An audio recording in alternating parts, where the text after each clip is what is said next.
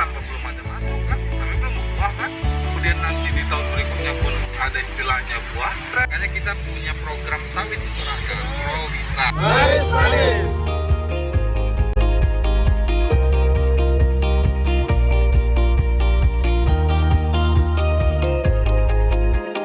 Assalamualaikum warahmatullahi wabarakatuh. Salam sejahtera, salam sehat buat kita semua. Kami kelompok 9 dari program studi agroteknologi Fakultas Pertanian Universitas Sumatera Utara. Baiklah, di sini kami sedang berada di PPKS Marihat, yakni yang terletak di Desa Marihat Baris, Kecamatan Siantar, Kabupaten Simalungun. Nah, di sini kami akan melakukan kegiatan wawancara seputar tentang bahan tanam unggul kelapa sawit. Seperti yang kita ketahui, bahan tanam adalah modal utama dalam usaha perkebunan kelapa sawit. Oleh karena itu, sangat penting bagi kita untuk memilih bahan tanam kelapa sawit yang unggul. Pusat Penelitian Kelapa Sawit atau yang disebut dengan PPKS adalah salah satu produsen bahan tanam unggul terpercaya yang sudah berdiri selama 105 tahun. Bagaimana keseruan kami di sini? Yuk ikuti terus kegiatan kami di PPKS Marihat. Check it out. Terima kasih, welcome to Brigita, Fauzi, Erwin, Syari, Raihan yang kreatif untuk membuat suatu pembelajaran yang cukup menarik, yang di mana Ibu juga udah men-trigger bagaimana mahasiswa ini kuliahnya tuh lebih mandiri. Nah, ini sudah terjadi, kalian membuat podcast, membuat YouTube, dan membuat pertemuan secara langsung dengan pihak institusi di mana Pusat Penelitian Kelapa Sawit sebagai salah satu perusahaan dan institusi yang cukup besar di Indonesia untuk menelurkan bahan-bahan tanaman unggul kelapa sawit. Nah, kalian sudah mendapatkannya sesuai dengan yang Ibu sampaikan sebelumnya. Ayo kita belajar dengan lebih mandiri, lebih kreatif, dan menghasilkan sesuatu. Dan semoga topik yang kalian angkat adalah tentang bibit tanaman unggul kelapa sawit yang cukup membuat mungkin masyarakat juga menjadi mendapat informasi yang baik dan menarik ya.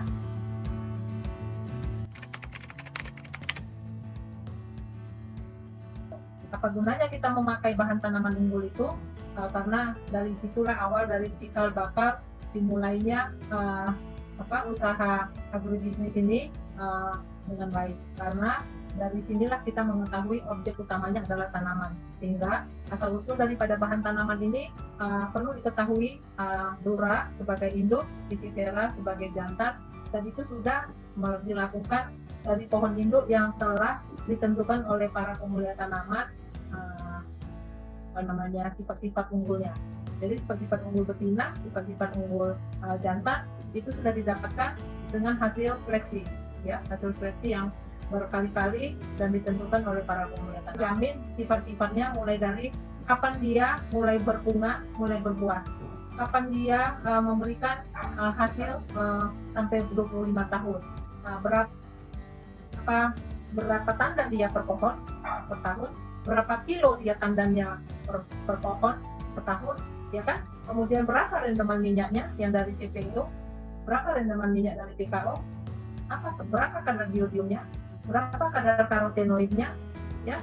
Nah, itu kemudian daya adaptasinya bagaimana di tanah-tanah marginal atau di tanah-tanah cepat masak, ya kan. Kemudian berapa panjang pelekahnya sehingga kita menentukan berapa jarak tanamnya. Bagaimana korelasinya dengan keuntungan? Sudah pasti keuntungan itu sudah dihitung oleh para produsen kapan pengembalian modalnya, karena sudah dijamin sifat-sifat daripada tanaman tersebut dengan catatan pemeliharaannya standar apa yang mereka sudah coach atau sudah berikan atau sudah rekomendasikan. Nah, bagaimana supaya produksi itu berdaya saing? Kita harus membawa bibit tersebut dengan cara-cara manajemen yang benar juga. Gitu. Berdaya saing itu artinya produksi lebih dari rata-rata produksinya. Jadi sangat berkorelasi bahwa bahan bibit tanah unggul kemudian yang lebih dengan daya saing itu berkorelasi sekali.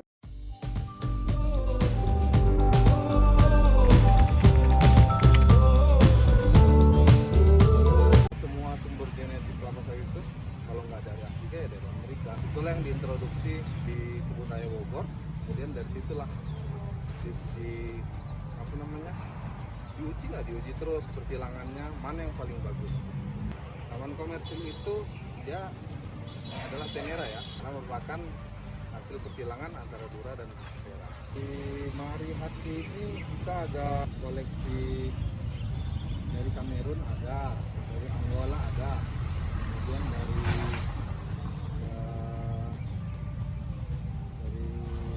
Suriname ada. Jadi kita koleksi dulu, lalu dikarakterisasi, baru dari situlah nanti kita bisa milih sebenarnya yang mau dieksploitasi mana, atau yang lain hanya sebagai koleksi saja, koleksi penumpang. Karena mungkin setelah dikarakterisasi belum ada sifat-sifat unggulnya yang bisa kita rakit lagi. Itu macam-macam, kita ada ST540, kemudian ada yang ambi itu dari Afrika. Ada juga yang sudah kita hasil kita sendiri, maksudnya seleksi yang sudah kita lakukan sendiri, misalnya seperti langkat, baru ada dari namanya sekarang dampi begitu kan. RFS intinya adalah ini ada populasi A, tandannya banyak tapi bobotnya sedikit, kecil. Baru ini ada populasi B, tandannya kecil tapi bobotnya besar. Nah, itu yang disilangkan. Apa yang dianalisis? Minyaknya terutama, bentuknya minyak.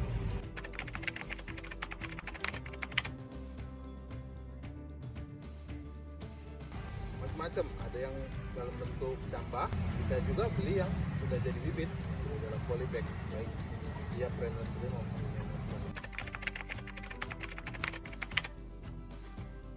jadi dari individu ini, misalnya ini kita individu A, kita ambil daunnya, baru kita jadikan sebagai individu baru. Itulah namanya. Kita masih sedang akar 2024 mungkin paling cepat. Karena kan walaupun dia hasil klon, kan tantangannya banyak tuh.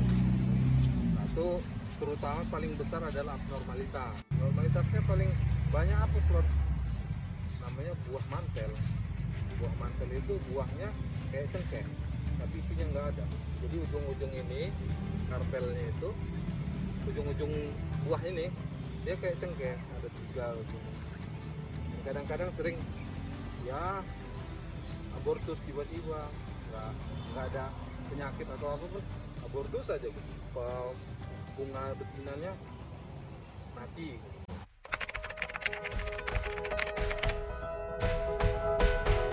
Ini ya, kalau di divisi produksi ini ada 3 bagian, yaitu bagian persiapan benih, bagian pemecahan dormansi, dan bagian pemecahan.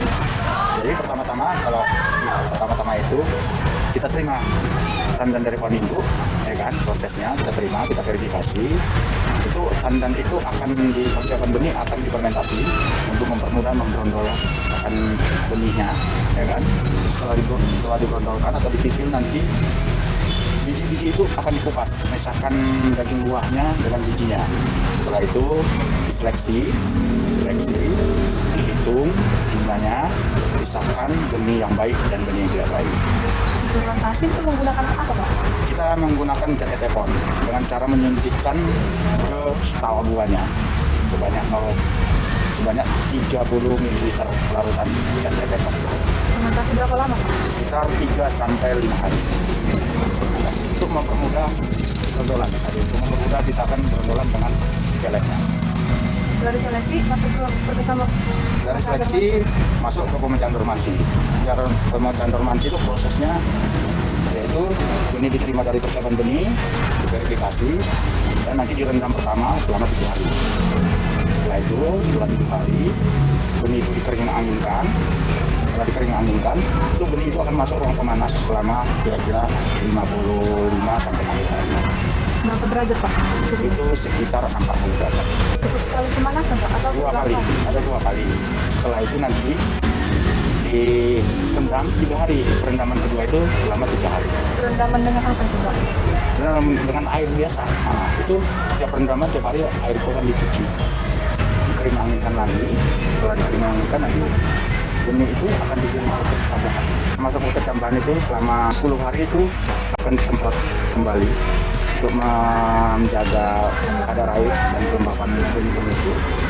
Nanti umur dia sekitar 14 sampai 21 hari itu mulai tumbuh panjang, turun pemanasan tanah ya bertambah.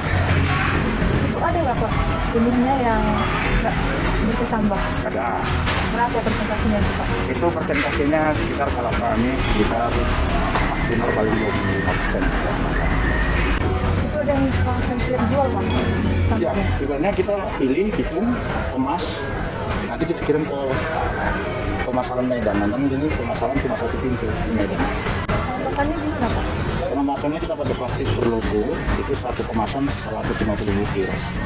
Kemasannya nanti di situ dilengkapi dengan label, itu data atau identitas benih itu dari pohon mana di lapangan, dari Indonesia, dari ada semua. Pengirimannya sendiri Pak?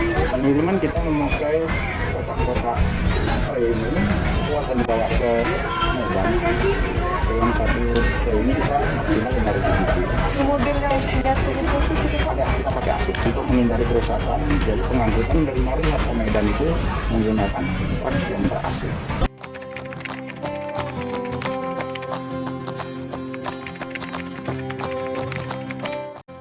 Jadi Pak, pemeliharaan yang dilakukan untuk pembibitan apa aja? Pembibitan. Yang pertama penyiraman. Kita kalau buat pembibitan harus dekat sumber air. Kalau jauh dari sumber air dekatkan, atau kita yang mendekat. Tapi jauh sumber air, tapi kami bisa mendekatkan. Biayanya jadi kalau buat pembibitan yang pertama carilah sumber air. Kalau pembentukannya Pak? 2 gram per liter air per 100 bibit. Kurang aja Pak? Iya, boleh yang lain. Tapi kita bisa biasa pakai urea. Nggak ditambah Boleh. Umur 2 bulan ke atas boleh ditambah NPK. Kalau menanam kita borongkan. Di satu politik itu bayarannya 2%. Atau kita hitung aja hektar kita. Jadi kan banyak nih tumbuh-tumbuhan. Ini dilakukan penyiangan juga. Jangan lah, ini karena itu yang kita rawat, kita usahakan di rumah. Berapa yang dibutuhkan tenaga? Dibutuhkan rata-rata kalau 90 setiap 100.000 bibit kita pakai tenaga 3 orang. Pagi dan sore. Kita usahakan jam 10 pagi harus selesai. Jangan sampai lewat jam 10 akan timbul penyakit. Kalau kita di jam 5 setengah 8. Jam maksimal jam 10 harus selesai. Kalau pembibitan yang catat ini tidak lanjutkan atau gimana? Ini kita musnahkan. Yang bisa kita rawat ini dalam perawatan. Ini pasal bukan salah. Putar-putar kan? Nah, ini nggak bisa ditanam. Ditanam pun mengecewakan, habis dia aja. Daunnya kaku. Ini nggak bisa kita tanam. Ini juga daunnya kaku, kerdil pula. Bisa ditanam, tapi percuma. Karena dalam penanaman sawit itu yang pertama sumbernya.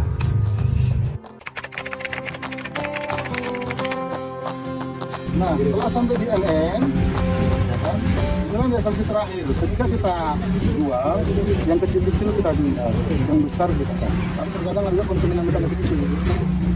Ah, boleh milih sendiri. Itu hak konsumen. Tapi dengan catatan tidak merusak tatanan. Penyiramannya, ya, kita gunakan sprinkler.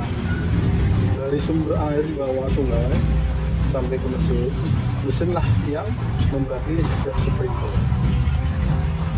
Itulah yang menyampaikan air ke masing-masing pemilik. Pemupukannya kita pakai aplikasinya 2 minggu sekali. Jadi sebulan 2 kali. Sistemnya kalau di politik cukup siramkan aja dilarutkan. Boleh larut, boleh tambah. Ya sebegini umurnya itu dosisnya 40 gram. Tentunya tergantung kemauan tanaman. Kita menghijaukan, baik.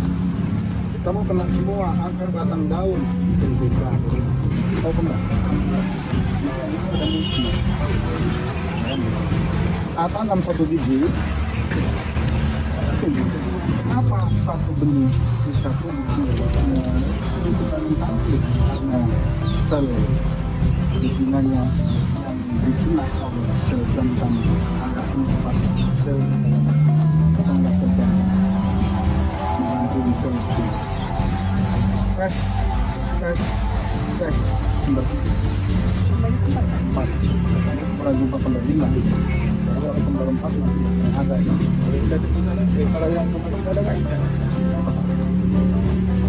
tapi kami juga pernah menemukan dari cacat.